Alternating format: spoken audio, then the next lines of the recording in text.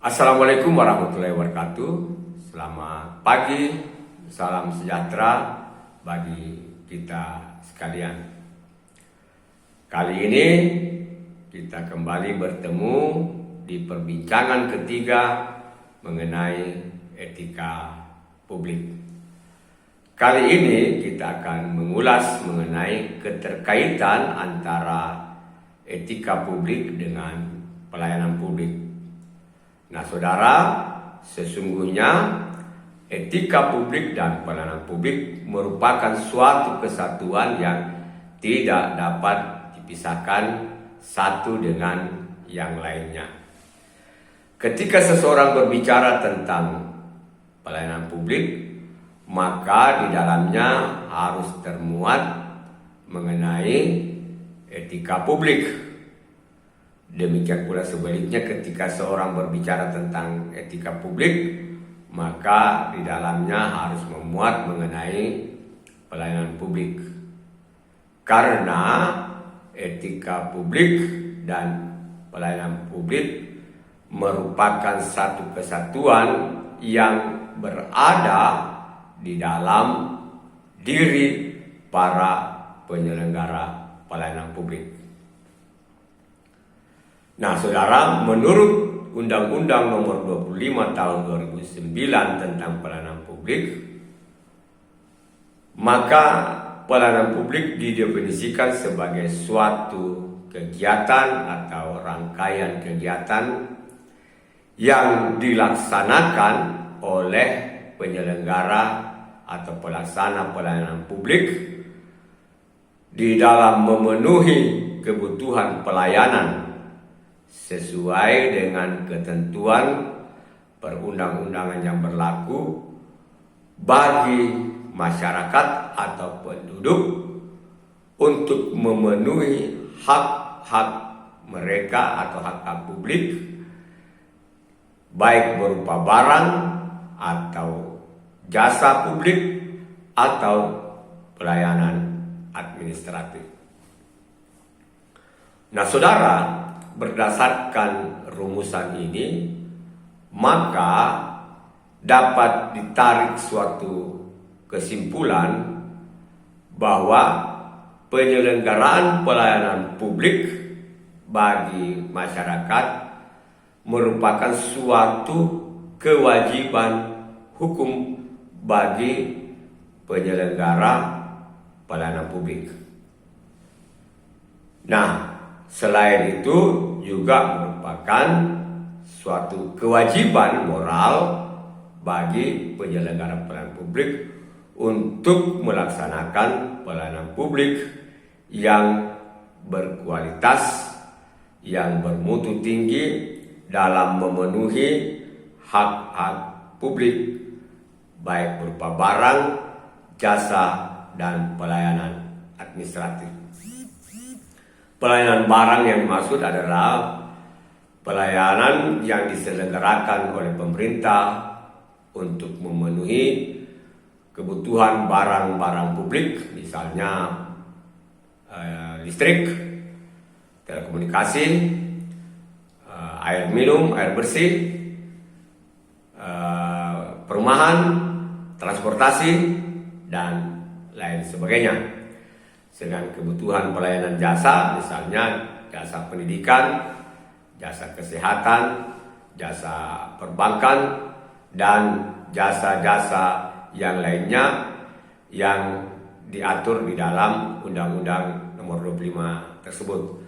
Sedangkan pelayanan administratif, misalnya pelayanan kartu tanda penduduk, administrasi perizinan, surat izin mengemudi, dan lain sebagainya.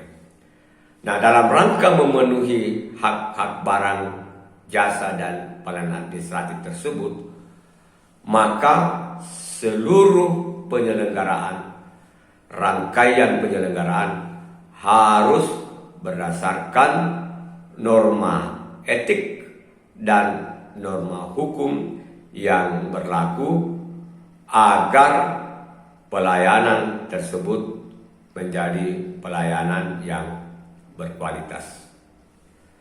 Nah, saudara, sehubungan dengan tersebut, maka kewajiban hukum dan kewajiban moral ini merupakan beban yang harus dipikul oleh setiap penyelenggara pelayanan publik untuk tidak melakukan kesalahan atau kelalaian atau perbuatan melawan hukum lainnya yang bertentangan dengan ketentuan peraturan perundang-undangan yang berlaku sehingga tidak merugikan kepentingan publik. Setiap kesalahan, kelalaian atau perbuatan melawan hukum yang dilakukan oleh penyelenggara pelayanan publik yang menimbulkan kerugian terhadap publik ataupun terhadap negara, maka dapat dimintai pertanggungjawaban hukum. Baik hukum administrasi, baik hukum perdata maupun hukum pidana yang berlaku.